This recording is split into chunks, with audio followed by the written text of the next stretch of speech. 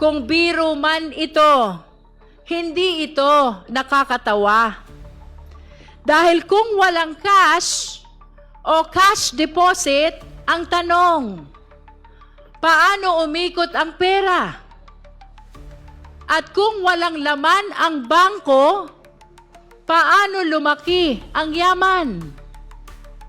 At paano nakapag-deposit si Congressman Percy Sendanya sa isang bank account na nakapangalan sa Vice Presidente? At ibig ba nitong sabihin ay ang Vice Presidente ang kaisa-isang opisyal sa buong Pilipinas na walang land bank account? At iyan ang mga tanong na iniwan ng SALN.